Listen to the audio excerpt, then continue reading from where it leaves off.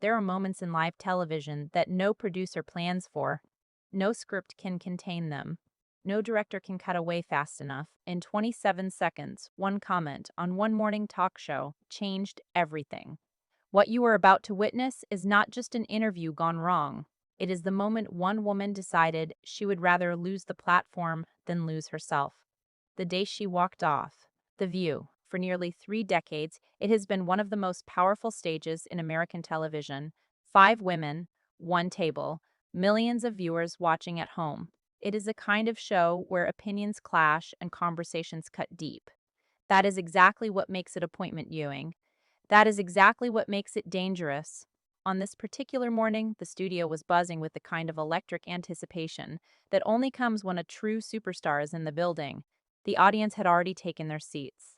The producers were running final checks. The cameras were locked and loaded, and walking through the backstage corridor, calm, composed, ready, was Miley Cyrus, a woman who had spent her entire life performing for crowds, a woman who had grown up under the brightest lights in the world.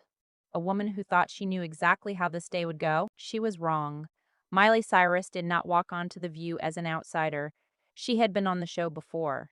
She knew the format. She knew the hosts. She was comfortable. As she took her seat, flanked by Whoopi Goldberg and Joy Behar, the audience erupted in applause.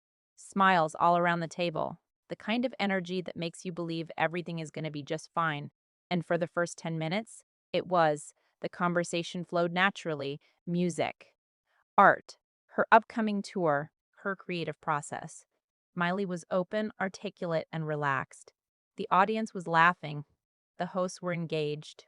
It looked like exactly the kind of morning television moment everyone had expected. Warm, celebratory, easy, but then something shifted. Across the table, Sunny Hostin leaned forward. Her tone changed. Her body language changed.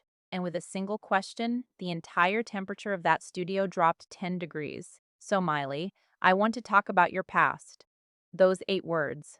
That is where it started. Miley held her ground. She was measured, thoughtful. I think I've been authentic, she said. I have always stayed true to myself and my art. A perfectly reasonable response. But Sunny was not looking for reason. She pushed harder.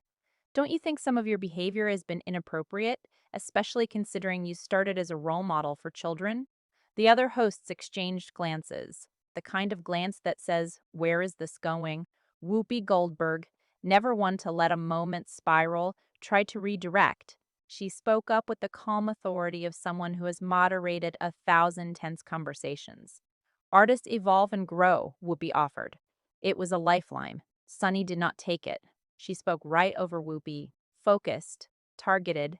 You made a lot of money off young fans who looked up to Hannah Montana. Then you completely changed and did things that were frankly shocking. Don't you feel any responsibility for that? That word, responsibility, said not as an inquiry, said as an indictment. Miley took a breath, deep and deliberate. You could see it, the decision being made in real time to stay calm, to stay professional. I was a teenager who grew up in public, she said. I made choices about my own body and my own expression. That is my right as an adult and as an artist. It was a composed, dignified answer. Sunny called it an excuse. You knew what you were doing. You were being provocative for attention. Sarah Haynes tried to step in. She offered a reasonable counterpoint that growth is natural, that evolving as a person is not a crime. Sunny snapped at her. I am not finished. And there it was, the mask had slipped. This was no longer journalism. This was not a tough question meant to spark genuine dialogue. This was something else entirely. Sunny turned back to Miley and delivered the next blow. You have set a terrible example. Young girls watching you thought they had to be wild and outrageous to be noticed. Joy Behar could not stay quiet any longer. She pushed back, hard. Sunny, come on. This is getting a bit harsh. Sunny turned on Joy next. Are you seriously defending this? We are supposed to be journalists. We ask tough questions. Alyssa Farah Griffin spoke up. Measured. Direct. There is a difference between tough questions and just being mean, Sunny. The audience had gone completely silent. Not the kind of silence that comes from suspense. The kind that comes from discomfort. From watching something unfold that you know is wrong. and not being able to stop it. Miley Cyrus had been a public figure since she was 11 years old. She had survived tabloid feeding frenzies. She had survived relentless public scrutiny. She had survived the impossible pressure of growing up messily, humanly, in front of the entire world, and she had always found a way to keep going. But what came next was different. Sunny leaned in one final time, and she asked the question that broke the dam. If you had a daughter, would you want her to behave the way you did? The audience gasped. Not a polite gasp, not a surprised gasp, a sharp, collective intake of breath. The kind that says, we all just witnessed something we cannot unhear. The other hosts looked stunned, and Miley Cyrus, who had been patient for longer than most people would have been, quietly shattered. How dare you? She said it quietly, but there was iron underneath every syllable. How dare you sit there and judge me like you were some kind of moral authority? You do not know me. You do not know my life.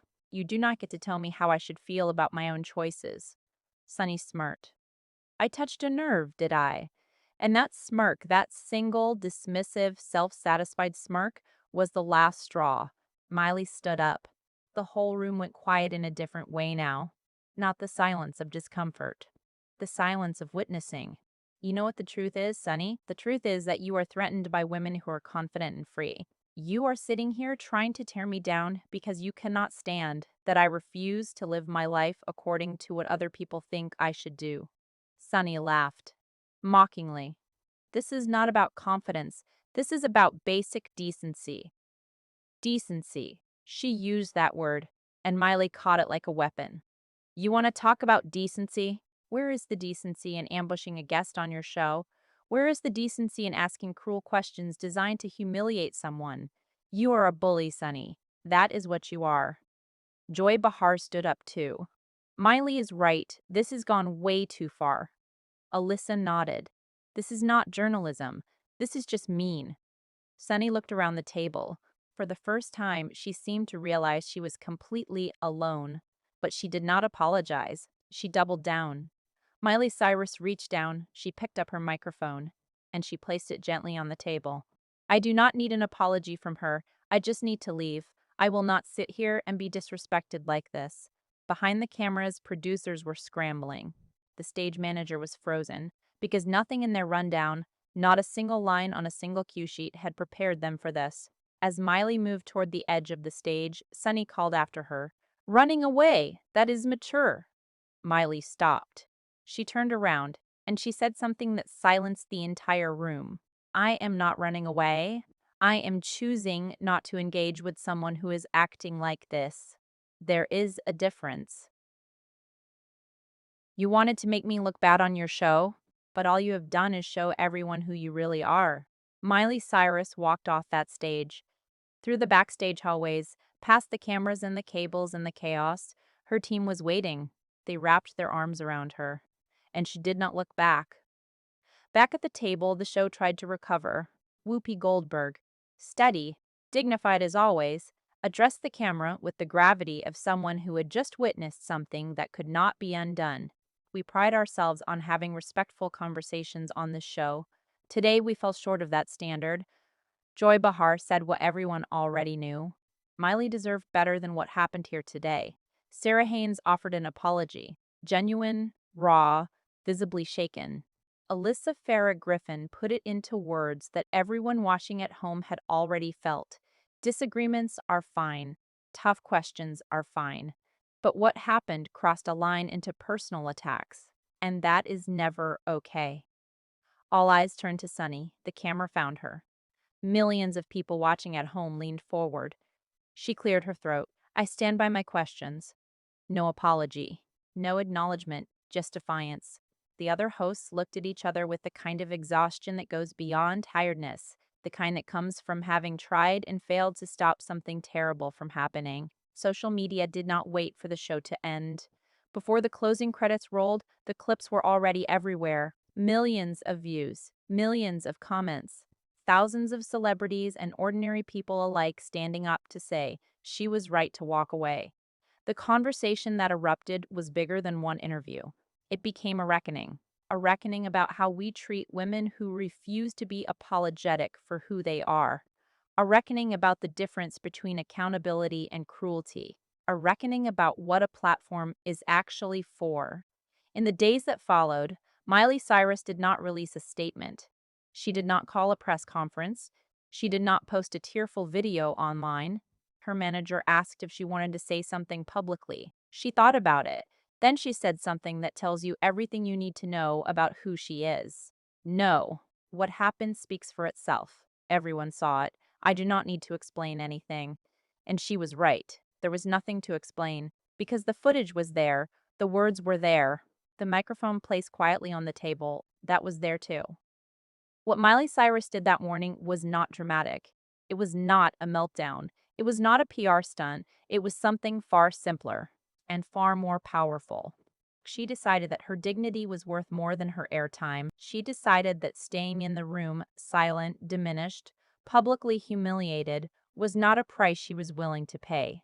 She decided that walking away was not weakness. It was the most powerful thing she could do. The studio lights dimmed that evening. The audience had gone home. The cameras had been switched off. The table sat empty. But what happened at that table echoed far beyond that studio. It echoed into every living room where someone was watching and thinking, I have felt that before. Someone has spoken to me like that before. And I stayed. It echoed for every young person who has ever been told that standing up for yourself is being dramatic, that setting a boundary is making a scene, that choosing to leave a room where you are being belittled somehow makes you the problem. Miley Cyrus walked onto that stage as a guest. She walked off as something more, a reminder that sometimes the most eloquent thing you can say is nothing at all. Sometimes the most powerful statement you can make is simply standing up and walking out the door. The greatest act of rebellion is refusing to become what someone else needs you to be.